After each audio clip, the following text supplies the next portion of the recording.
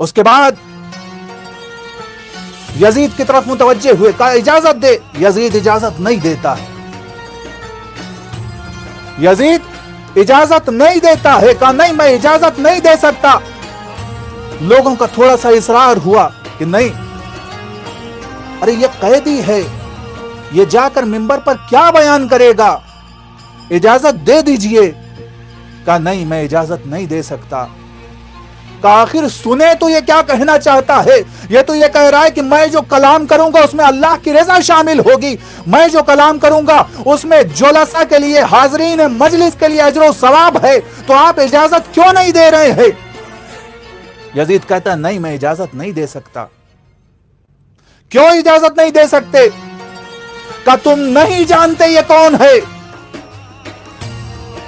انہو من اہل بیت، یہ اہل بیت میں سے ہے.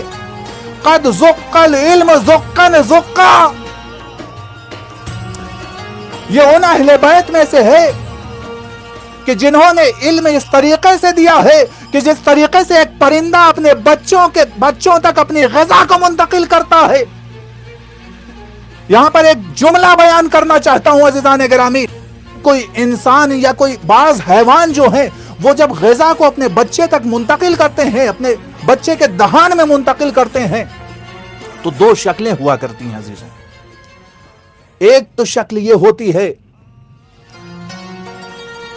کہ پستان کے ذریعے سے انسان اپنے بچے تک غذا پہنچاتا ہے. دوسری شکل یہ ہوتی ہے کہ بعض حیوان یا بعض پرندے اپنی چونچ غذا کو لیتے ہیں اور پوری کی پوری غذا کی جتنی چونچ میں ہے وہ اپنے بچے کے دہان میں منتقل کر دیتے ہیں. یعنی پوری کی پوری غذا. یزید کیا کہنا چاہ رہا تھا کہ ان کے پاس علم ایسا ہے کہ جس طریقے سے پرندے اپنے بچوں کی چونچ میں داخل کر دیتے ہیں غذا کو. کہا کیا کہنا چاہ رہا ہے؟ کہا جیسا علم رسول کے پاس ویسا علم علی کے پاس، جیسا علی کے پاس ویسا حسن کے پاس، جیسا حسن کے پاس ویسا حسین کے پاس، اور جیسا حسین کے پاس ویسا ان کے پاس جو سید سجاد ہے. اب سمجھے عزیزوں کہ یزید کیوں ڈر رہا تھا. اب یزید سوچ رہا تھا کہ پبلک خاموش ہو جائے گی. نہیں، خاموش ہونے کے بجائے پبلک کا اور اصرار بڑھ گیا. ارے جب ان کے پاس اتنا علم ہے تو پھر تم اجازت کیوں نہیں دیتے؟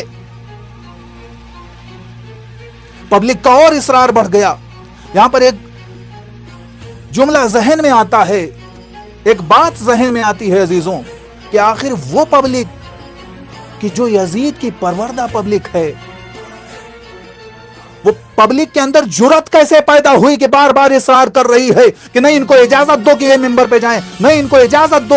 پتا چلا کہ اس پبلک میں یزید کا بیٹا بھی تھا کہ جو اہل بیت کا چاہنے والا تھا، پیچھے سے پش کر رہا تھا، لوگوں کی ہمت افزائی کر رہا تھا کہ نہیں کہو اجازت دے، کہو اجازت دے. پبلک کی ہمت بڑھ رہی تھی، بار بار وہ اصرار کر رہے تھے کہ نہیں ان کو اجازت دی جائے. بہت اصرار ہوا، یزید ماننے کو تیار نہیں. کہا آخر اجازت کیوں نہیں دیتے؟ کہا اگر میں نے ان کو اجازت دے دی تو لم ينزل الا بفضیحتی وبفضیحت آل ابی سفیان. اگر میں نے ان کو اجازت دے دی تو یہ اس وقت تک ممبر سے نیچے نہیں آئیں گے جب تک مجھے رسوا نہ کر دیں اور آل ابی سفیان کو رسوا نہ کر دیں. یزید کو پتا تھا کہ اگر یہ شخص ممبر پہ چلا گیا تو ہمارا تختہ پلٹ جائے گا.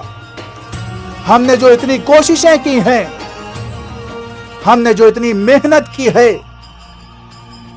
وہ ساری محنت، ساری کوششیں بیکار ہو جائیں گی. یزید اجازت نہیں دے رہا، لیکن پبلک کا اصرار بڑھتا جا رہا. جب بہت زیادہ اصرار بڑھ گیا، ایک مرتبہ یزید نے اجازت دے دی. اب امام لکڑیوں کے ڈھیر پر گئے بقول امام.